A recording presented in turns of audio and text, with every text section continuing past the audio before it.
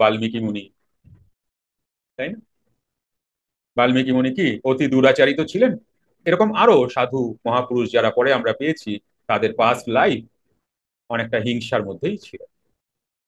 তাহলে এখানে পঞ্চন বাবা তাৎপর্য করছেন, যে ব্যক্তি রত্নাকরের ন্যায় অতি দুরাচার, এই যে এক্সাম্পল বাবা দিচ্ছেন, যে ব্যক্তি রত্নাকরের ন্যায় অতি দুরাচার, সেও যদ্যাপি অনন্য ভাগ হইয়া একমাত্র আত্মার ভজনা করে, অর্থাৎ অন্য দেবতাও একমাত্র সেই বাসুদেবী, এই রূপ ধারণায় দৃঢ় রাখিয়া যদি সে দেবতান্তরে অন্যভাবে ভক্তিমান না হইয়া গিয়া স্বয়ং আত্মার উপাসনাতেই আত্মধ্যানেতেই রত থাকিয়া অনন্য ভাগ হইতে পারেন, তাহা হইলে সেই দুরাচার ব্যক্তিও সাধু বলিয়া গণ্য হয়।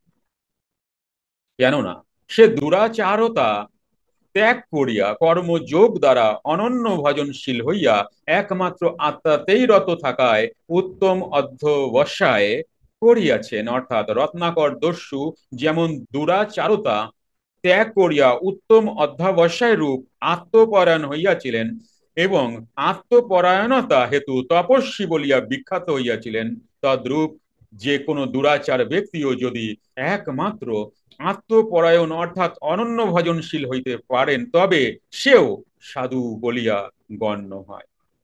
তুমি আমি তো অত দুরাচার নই। রত্নাকর দস্যুর কথা তো মনে আছে সবার, আমরা উপাখ্যানে পেয়েছি, তাই না?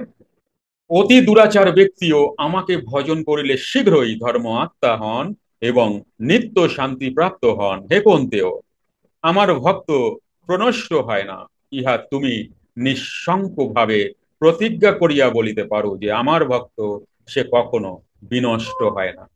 তাৎপর্য এই, আমাকে ভজনা করিলে অতি দুরাচার ব্যক্তিও শীঘ্রই ধর্মাত্মা হন এবং নিত্য স্বরূপ আত্মার শান্তি অর্থাৎ আত্মানন্দ প্রাপ্তিরূপ চির শান্তি প্রাপ্ত হন। হে কন্তেয়, আমার ভক্ত প্রনষ্ট হয় না, অর্থাৎ আত্মা নারায়ণকে বিদিত হইয়া তৎপ্রতি দৃঢ় প্রেম রূপ ভক্তি রসে যাহার শরীর আপ্লুত, তৎপ্রতি প্রেম রূপ, তৎপ্রতি মানে আত্মার প্রতি প্রেম রূপ। এখানে ভগবানকেও ভগবান ছেড়ে দিলেন, ভগবানের কথা বলেন তৎপ্রতি। আর তুমি যদি খোঁজ করো, আত্মাই তো সূক্ষ্মভাবে ভগবান, তাই না? আত্মাই যখন সূক্ষ্মতায় যায়, তখনই তো সে ভগবান রূপ নেয়।